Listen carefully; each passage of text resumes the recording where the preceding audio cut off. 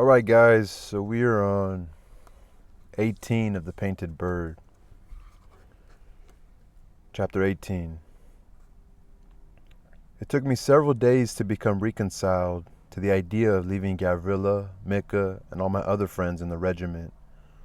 But Gavrila was very firm in explaining that the war was ending, that Poland had been fully liberated from the Germans, and that according to regulations, lost children had to be delivered to special centers where they would be kept until it was determined if their parents were still alive. I looked at his face while he was telling me all these things and held back my tears. Gavrila also felt uneasy. I knew that he and Mika had discussed my future, and if there had been any other solution, they would have found it. Gavrila promised that if no relatives claimed me within 3 months after the end of the war, he would take care of me himself and would send me to his school, where they would teach me to speak again. In the meantime, he urged me to be brave and to remember everything I had learned from him, and to read Pravda, the Soviet newspaper, every day.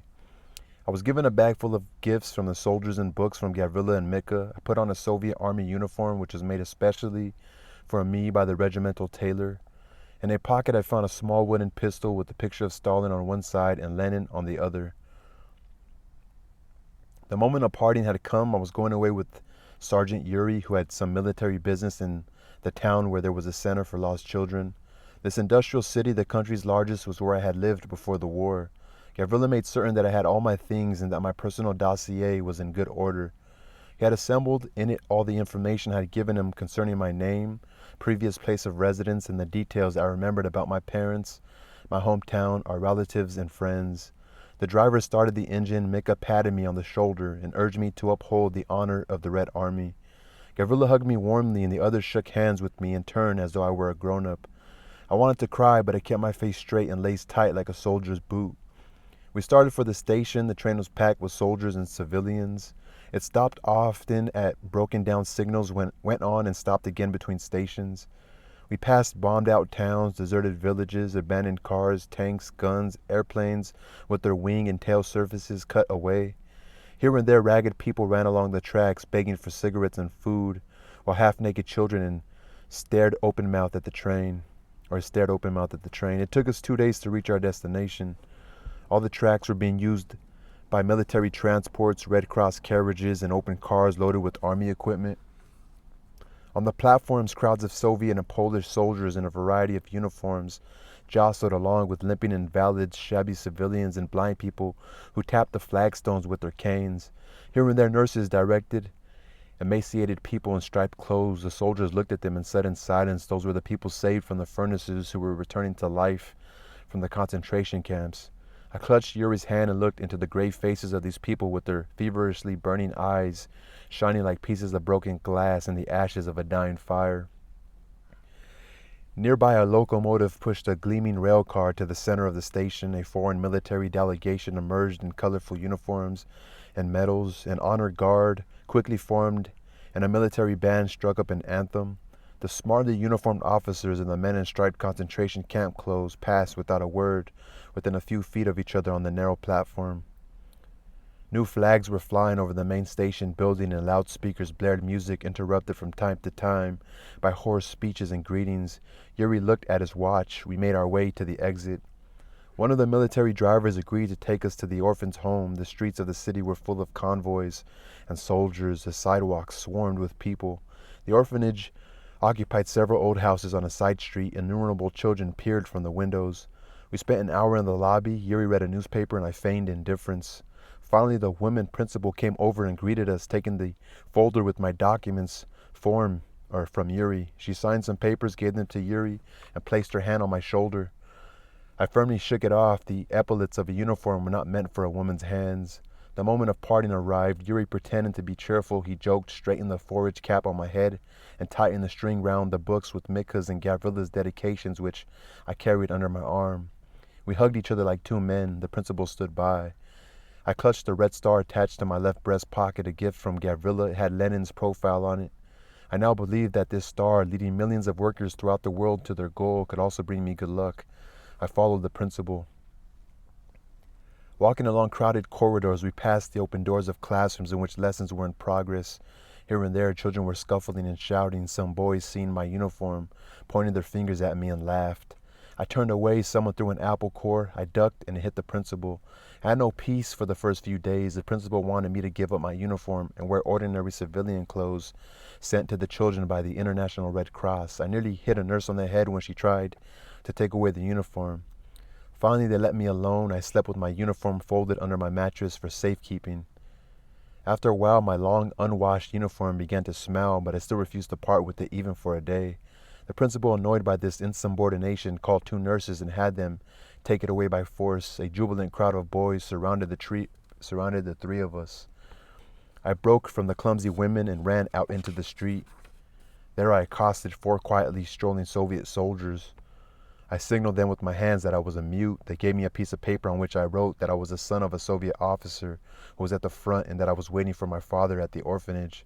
Then I wrote in careful language that the principal was the daughter of a landlord, that she hated the Red Army and that she, together with the nurses exploited by her, beat me daily because of my uniform. As I expected, my message aroused the young soldiers. They followed me inside, and while one of them systematically smashed the flower pots in the principal's carpeted office, the others chased the nurses, slapping them and pinching their bottoms. The frightened women yelled and screamed. After that, the staff left me alone. Even the teachers ignored my refusal to learn reading and writing in Polish. I wrote in chalk on the blackboard that my language was Russian, the speech of a land where there was no exploitation of the one by the many, and where the teachers did not persecute their pupils. A large calendar hung over my bed. I crossed off every day with a red pencil. I did not know how many more days were left to the end of the war still being waged in Germany, but I was confident that the Red Army was doing its best to bring the end nearer. Every day I sneaked out of the orphanages and bought a copy of Pravda with the money Gavrila had given me. I read hastily all the news about the latest victories, and I looked carefully at the new pictures of Stalin. I felt reassured. Stalin looked well and youthful. Everything was going well. The war would end soon. One day I was summoned for a medical examination. I refused to leave my uniform outside the office, and I was examined carrying it under my arm. After the examination, I was interviewed by some sort of social commission.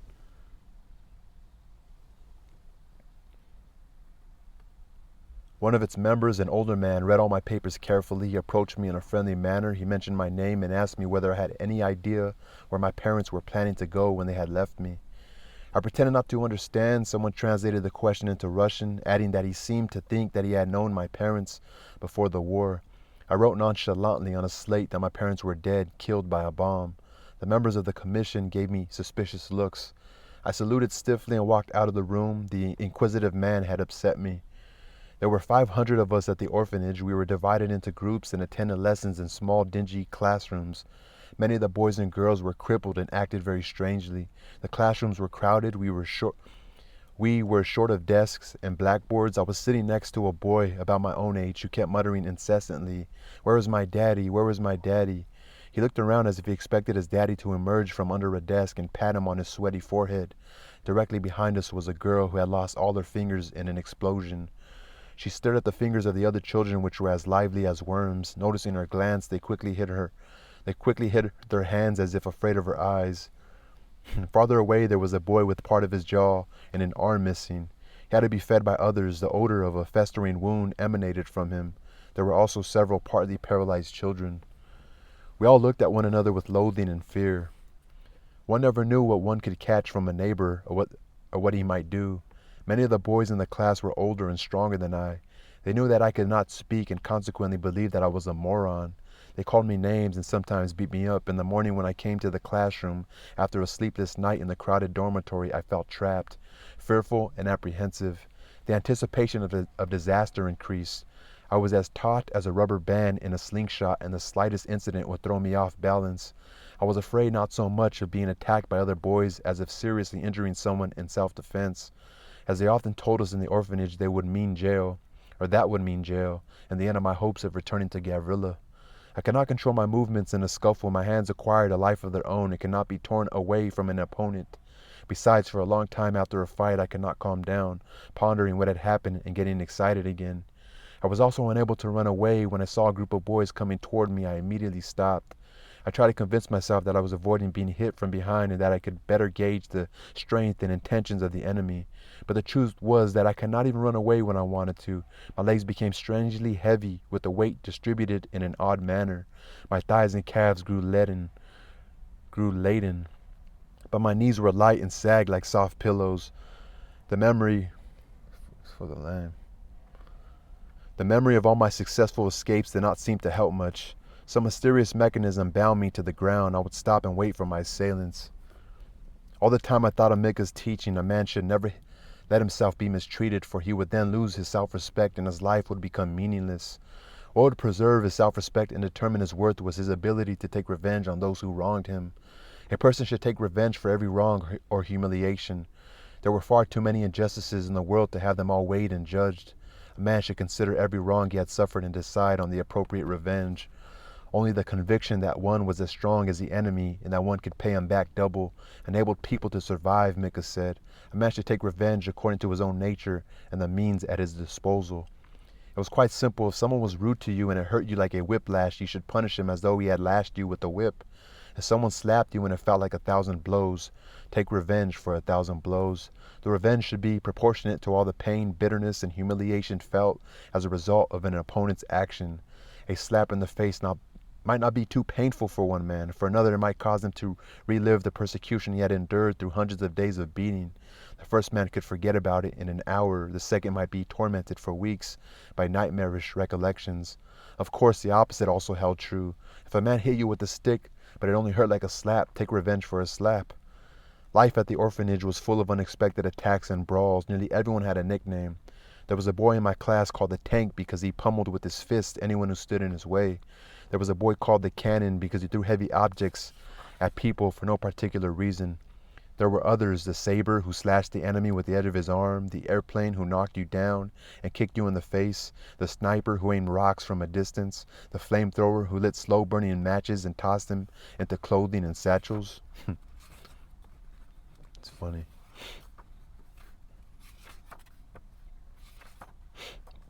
The girls also had their nicknames. The Grenade used to lacerate the faces of her enemies with a nail hidden in her palm. Another, the Partisan, small and unobtrusive, crouched on the ground and tripped passerby with a neat leg snatch, while her ally, the Torpedo, would hug a prostrate opponent as though trying to make love and then deal him a professional knee kick in the groin. The teachers and attendants could not handle this group, and they often kept out of the way of the brawls, fearing the stronger boys. Sometimes there were more serious incidents. The Cannon once threw a heavy boot at a young girl who apparently had refused to kiss him. She died a few hours later. On another occasion, the Flamethrower set fire to the clothes of 3 boys and locked them in a classroom. 2 of them were taken to the hospital with severe burns. Every fight drew blood. Boys and girls battled for their lives and could not be separated. At night, even worse things happened. Boys would assault girls in dark corridors. One night, several boys raped a nurse in the basement. They kept her there for hours, inviting other boys to join them, exciting the women in the elaborate ways they had learned in various places during the war. She was finally reduced to a state of insane frenzy. She screamed and yelled all night until the ambulance came and took her away. Other girls invited attention. They stripped and asked boys to touch them. They discussed blatantly the sexual demands which scores of men had made on them during the war. There were some who said they could not go to sleep without having a man. They ran out into the parks at night and picked up drunken soldiers. What a lame. Many of the boys and girls were quite passive and listless. They generally stood against the walls, mostly silent, neither crying nor laughing, staring at some image which they alone could see. It was said that some of them had lived in ghettos or concentration camps. Had it not been for the end of the occupation, they would have died long since. Others had apparently been kept by brutal and greedy foster parents who had exploited them ruthlessly and flogged them for the slightest sign of disobedience. There were also some who had no particular past. They had been placed in the orphanage by the army or the police. No one knew their origins, the whereabouts of their parents, or where they had spent the war. They refused to tell anything about themselves. They responded to all questions with evasive phrases and indulgent half-smiles suggesting infinite contempt for the questioners. I was afraid to fall asleep at night because the boys were known to play painful practical jokes on one another. I slept in my uniform with a knife in one pocket and a wooden knuckle duster in the other. Every morning I crossed one more day off my calendar. Pravda said that the Red Army had already reached the nest of the Nazi Viper. Gradually I became friendly with a boy called the Silent One. He acted as though a mute. No one had heard the sound of his voice since he had come to the orphanage. It was known that he could speak, but at some stage of the war, he had decided that there was no point in doing so. Other boys tried to force him to speak, once they even gave him a bloody beating, but did not extract a single word from him. The silent one was older and stronger than I. At first, we avoided each other. I felt that by refusing to speak, he was mocking boys like me who could not speak. If the silent one who was not mute had decided not to speak, others might think that I too was only refusing to speak, but could do so if I wanted to. My friendship with him could only enhance this impression. One day the silent one unexpectedly came to my rescue and knocked down a boy who was tormenting me in the corridor. The next day I felt obliged to fight on his side in a scuffle which broke out during a recess. After that, we sat at the same desk in the rear of the classroom. We first wrote notes to each other, but then learned to communicate by signs. The silent one accompanied me in expeditions to the railroad station, where we made friends with departing Soviet soldiers. Together we stole the drunken postman's bicycle, went across a city park still sown with landmines and closed to the public, and watched the girls undressing in the bathhouse. In the evening, we sneaked out of the dormitory and roamed through the nearby squares and courtyards, scaring love-making couples, throwing stones through open windows, attacking unsuspecting passers-by. The silent one, taller and stronger, always acted as a striking force. Every morning we were awakened by the whistle of the train which passed close by, bringing peasants to the city with their produce for the market.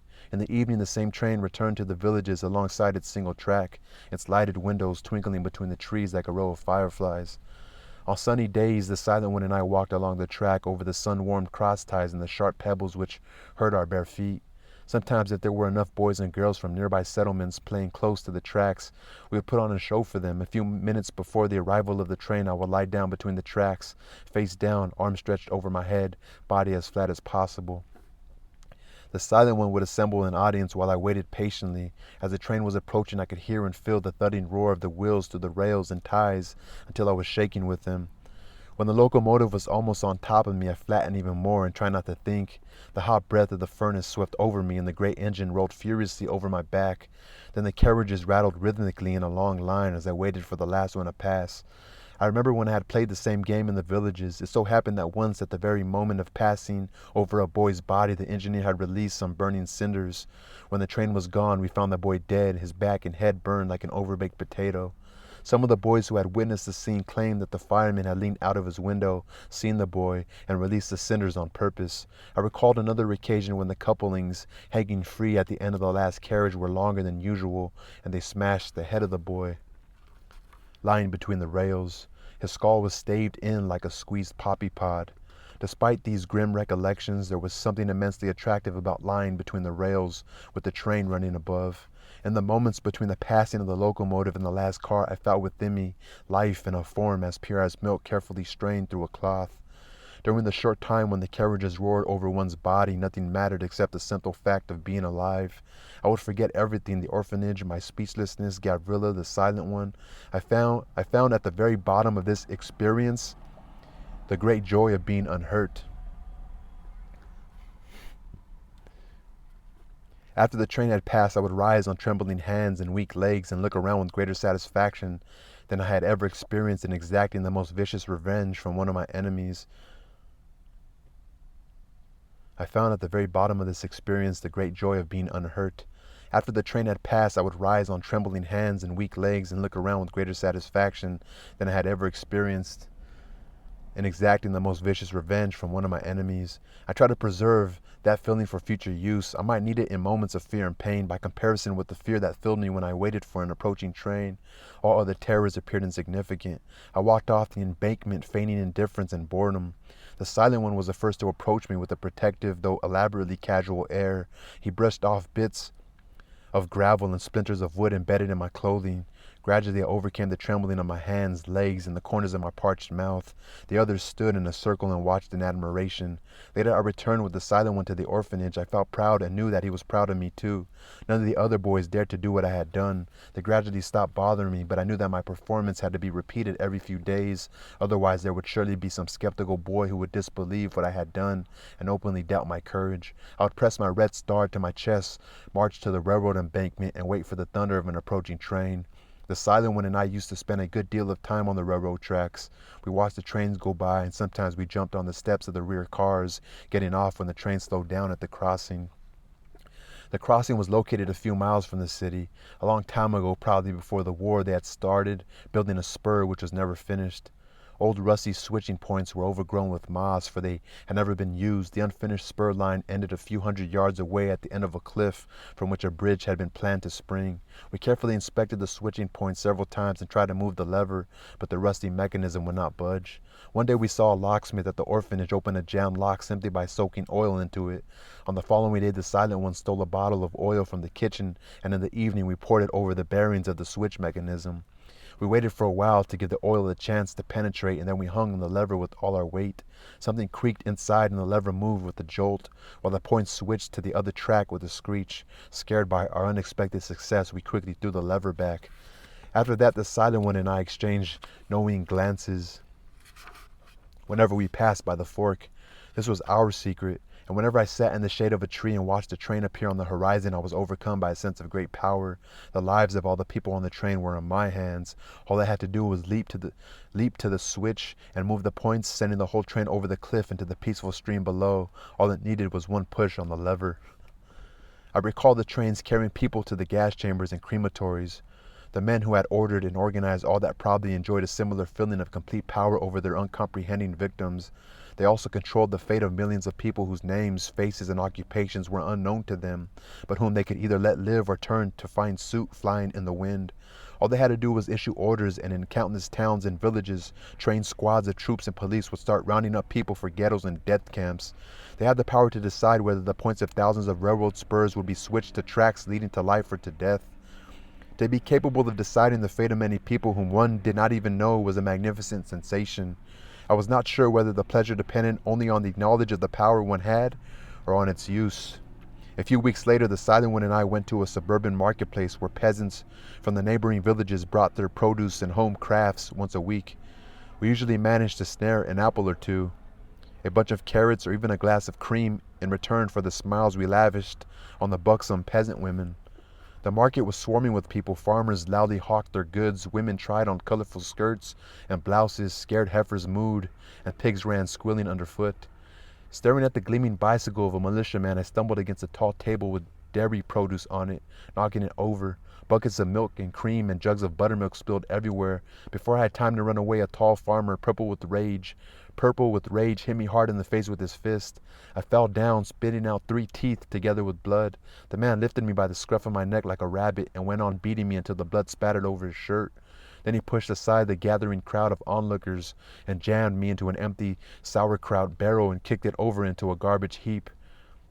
For a moment, I did not know what had happened. I heard the laughter of the peasants. My head was spinning from the beating and the rolling in the barrel. I was choking with blood. I felt my face swelling.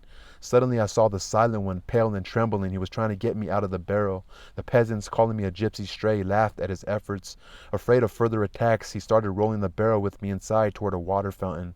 Some village boys ran along, trying to trip him and take it away. He warded them off with a club until we finally reached the fountain. Soaked with water and blood, with splinters sticking in my back and hands, I crawled out of the barrel. The silent one supported me on his shoulder as I staggered along. We reached the orphanage after a painful walk. A doctor dressed my cut mouth and cheek. The silent one waited outside the door. When the doctor left, he contemplated my lacerated face for a long time. 2 weeks later, the silent one woke me at dawn. He was covered with dust and his shirt clung to his perspiring body. I gathered that he must have been out all night. He signaled me to follow him. I dressed quickly and we were soon outside with no one the wiser. He took me to the derelict hut not far from the railroad crossing where we had oiled the points. We scrambled onto the roof. The silent one lit a cigarette which he had found on the way and gestured for me to wait. I did not know what it was all about, but I had nothing else to do. The sun was just beginning to rise. Dew was evaporating from the tar paper roof, and brown worms started to crawl out from under the rain gutters. We heard the whistle of a faraway train. The silent one stiffened and pointed with his hand. I watched the train appear in the distant haze and slowly come nearer. It was market day, and many of the peasants took this first morning train which passed some of the villages before dawn. The carriages were filled. Baskets stuck out of the windows, and people hung on the steps in bunches.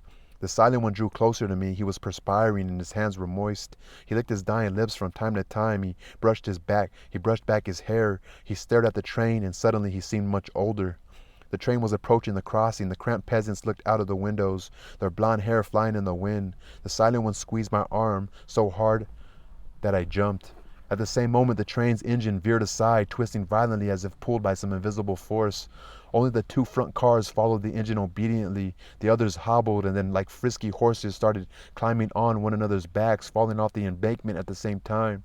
The crash came with a tumultuous crunch and screech. A cloud of steam shot up into the sky, obscuring everything. Screams and cries came from below. I was stunned and trembled like a telephone wire struck by a stone. The silent one sagged. He gripped his knees spasmodically for a while, looking at the dust settling slowly. Then he turned and dashed for the stairs, pulling me along after him. We quickly returned to the orphanage, avoiding the crowd of people rushing to the scene of the accident. Ambulance bells were clanging somewhere not far away. At the orphanage, everyone was still asleep. Before going into the dormitory, I took a good look at the silent one. There was no trace of tension in his face. He looked back at me, smiling softly. If it had not been for the bandage over my face and mouth, I would have smiled too.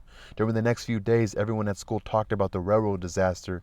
Black-bordered newspapers listed the names of the casualties. The police were looking for political saboteurs suspected of previous crimes. Over the track, cranes were lifting the carriages, which were entangled with one another and twisted out of shape. On the next market day, the silent one hurried me to the marketplace. We pushed through the crowd. Many of the stands were empty, and cards with black crosses informed the public of the deaths of their owners. The silent one looked at them and signified his pleasure to me. We were heading for the stand of my tormentor. I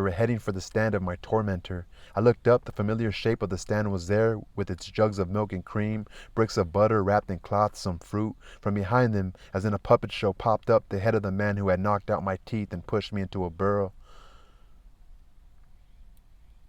I looked at the silent one in anguish. He was staring at the man in disbelief. When he caught my glance, he grabbed my hand and we quickly left the market. As soon as we reached the road, he fell down on the grass and cried as though in terrible pain, his words muffled by the ground. It was the first time that I had heard his voice. Oh, shit. He didn't kill the guy he wasn't hoping to kill, but he was gonna take all those other people with him. Anyway, peace.